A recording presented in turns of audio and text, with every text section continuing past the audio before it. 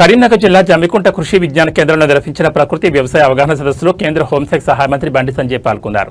ఈ సందర్భంగా ప్రకృతి వ్యవసాయం ప్రాధాన్యం, రసాయన రహిత సాగు, భూసార పరిరక్షణ, రైతులకు కలిగే ప్రయోజనాలపై వివరించారు.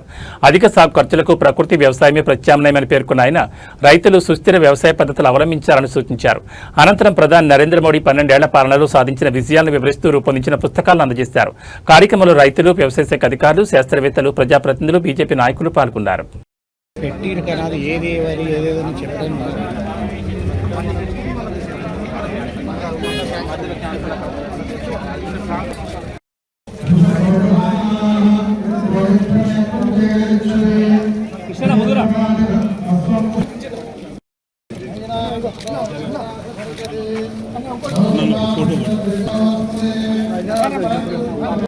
కృషి విజ్ఞాన కేంద్రం జమ్మికుంట వరాధ్వర్యంలో 19 గ్రామాలను సెలెక్ట్ చేసుకొని 6,000 మందికి పైగా రైతులను ఎంపిక చేసుకొని 10,000 ఎకరాల్లో ప్రకృతి వ్యవసాయాన్ని ప్రోత్సహించడం కాకుండా రాబోయే రోజుల్లో 50,000 ఎకరాల్లో మేము ప్రకృతి వ్యవసాయాన్ని ఇంకా ప్రోత్సహించడానికి సిద్ధంగా ఉన్నామని చెప్పి ముందుకు వచ్చినటువంటి కృషి విజ్ఞాన కేంద్రాన్ని యాజమాన్యాన్ని వాళ్ళందరూ కూడా మనస్ఫూర్తిగా అభినందిస్తున్నారు.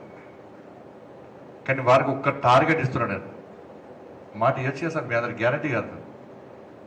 నరేంద్ర మోడీ గారు ఒక లక్ష్యం పెట్టుకున్నారు. గతంలో 1 కోటి మంది అయిపోయింది. ఇప్పుడు రాబోయే 2 నెలల్లో కూడా 1 కోటి మందిని రైతులను ప్రకృతి వ్యవసాయం దిశగా నేను మళ్ళిస్తా, తయారు చేస్తా అని చెప్పి వారు మాట ఇచ్చారు. నేను ఒక పార్లమెంట్ సభ్యుడిగా, మీరు అనుకున్న పార్లమెంట్ సభ్యుడిగా, మీరు గెలిపించిన పార్లమెంట్ సభ్యుడిగా ఇక్కడ మీకు వారికి నేను కూడా కష్టపడి పనిచేస్తాను.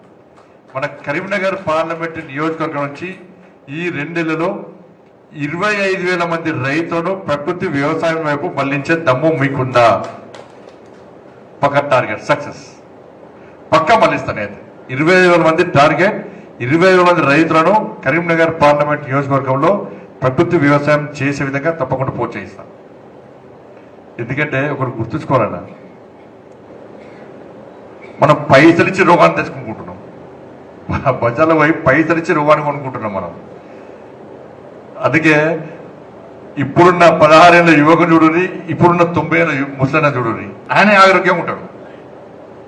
ఆయనే ఆరోగ్యంగా ఉంటాడు. బీపీ ఉండదు, షుగర్ ఉండదు. ఇప్పుడు 10 ఏళ్ళకే బీపీ, షుగర్. ప్రపంచంలో వ్యవసాయాధారిత దేశం ఏదంటే ఉజ్బెకిస్తాన్.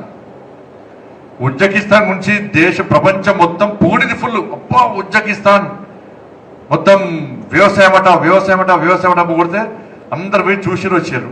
లాస్ట్కి అలా ఉజ్బెకిస్తాన్ పరిస్థితి అంటే అడక తినే పరిస్థితి వచ్చింది.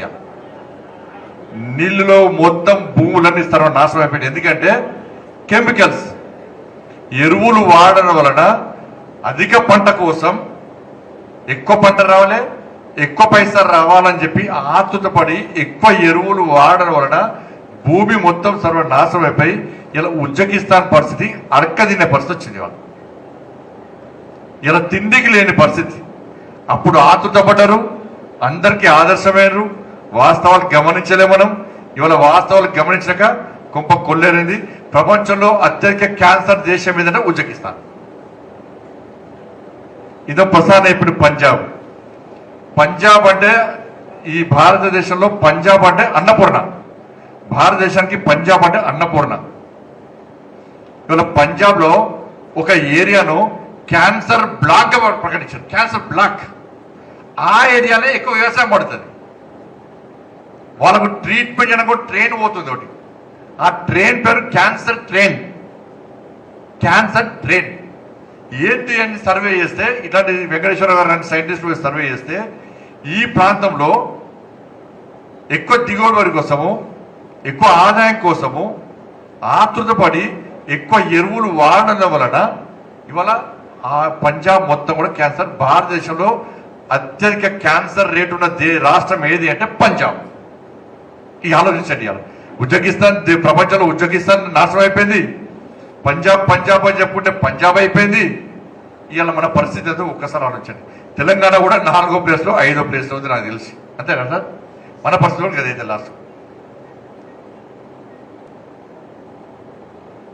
పోనీ రేటు విషయంలో నివారణ చెప్పారు.